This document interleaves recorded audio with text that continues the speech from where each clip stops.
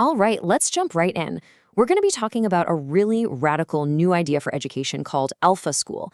It's the brainchild of MacKenzie Price, and her goal is, well, it's to completely tear down and rebuild a system that she believes is just fundamentally broken. And the tools she's using to do it? Artificial intelligence. And, she doesn't waste any time. She starts with this incredibly bold claim. This one sentence basically challenges the mental picture of school that we've all had for like over 150 years. So, what's the big problem she's trying to fix? So, first, we really have to get our heads around the core issue. The whole argument here is that we're using this antique system, a system from the 1800s, to try and prepare kids for a world that's, well, it's completely unrecognizable from that time.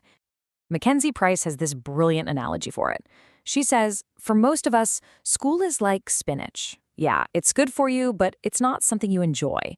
It's just this thing you have to get through, a chore.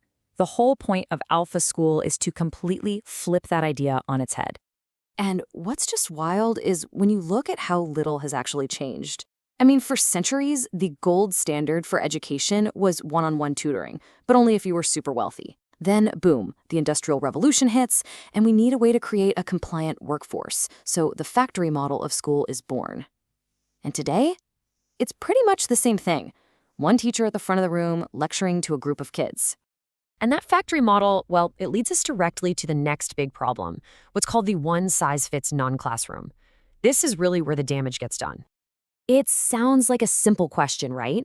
But the answer is where everything starts to unravel. Just picture a typical classroom. You've got a handful of kids who are bored out of their minds because they already get it. Then you have another group who are totally, completely lost. So what does the teacher have to do? They have to teach to this imaginary average student, a student who doesn't actually exist. This Jenga tower analogy just illustrates the consequences perfectly. Think about it. Learning anything is like building a Jenga tower. Every new idea is a block you place on top of the last one. But in our current system, if you don't really master, say, fractions, it's like someone yanks a critical block out from the bottom of your tower.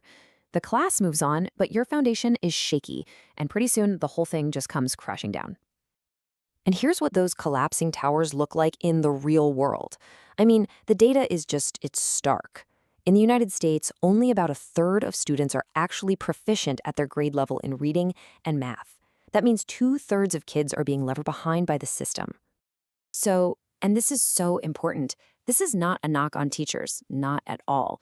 Teachers are heroes, they've just been handed an impossible job. This analogy says it all. They're given a bucket with holes in it and told to empty the ocean. The problem isn't the person doing the work, it's the broken tool they've been given. Okay, so if the old system is a leaky bucket, what's the alternative? This brings us to the really exciting part, the core idea behind Alpha School. Using AI to unlock all that human potential and just massively speed up the learning process. And this is the game changer. For decades, research has been crystal clear. One-on-one, mastery-based tutoring is the single most effective way for a human to learn. The problem was it was impossibly expensive. But now, AI makes it possible to give every single kid that personal tutor experience, one that makes sure you've mastered every single Jenga block before you try to build on top of it. So what does a day actually look like with this model? The difference is, it's night and day. Instead of 6, 7, 8 hours of sitting at a desk, followed by hours of homework, Alpha students get all their core academics done in just 2 super focused hours. No homework, and just look at the playtime, 90 minutes of recess versus the national average of 22. And here's the kicker. You might be thinking, okay, but are they learning anything? Well, get this. In just those 2 hours a day, Alpha students are performing in the top 1% of the entire country on standardized tests. It just shows how unbelievably efficient this method of learning can be. And that, of course, leads to the most exciting question of all. If all your schoolwork is done by 10 a.m., what on earth do you do with the rest of the day? Well, this is where school stops being about memorizing facts and starts being about learning how to live. I absolutely love this example of how they teach public speaking. So first, kids write a personal story. They practice it with an AI that gives them feedback, and then they go to an animal shelter and give their speech to cats. How great is that? A totally non-judgmental audience. From there, they move up to residents at an assisted living facility, and the final boss, getting up on stage at a real open mic night in New York City. They're not just learning about public speaking, they're actually doing it. And baked into all of this is a totally different way of thinking about failure. In most schools, if you fail, you get a big red F. It's a punishment. But here, failure is fuel. It's just data. It's a critical part of the learning process that tells you what you need to work on next. So you're probably wondering, if AI is doing all the teaching, what happens to the teachers?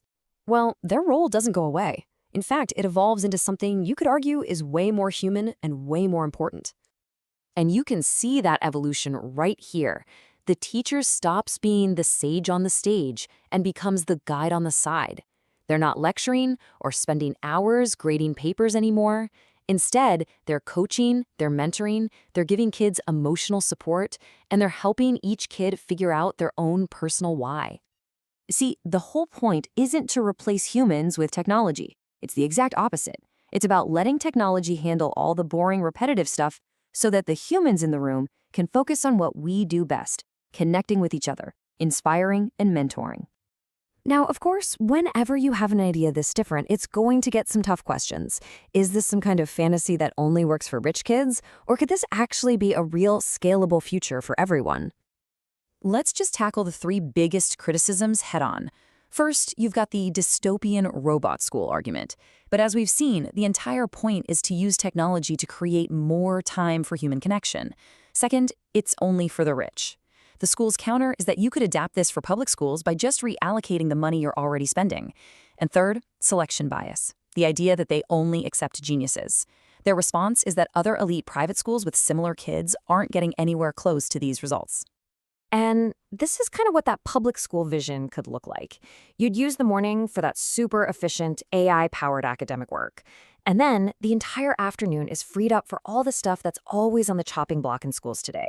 Sports, art, music, robotics, all the things kids are actually passionate about, led by coaches and mentors.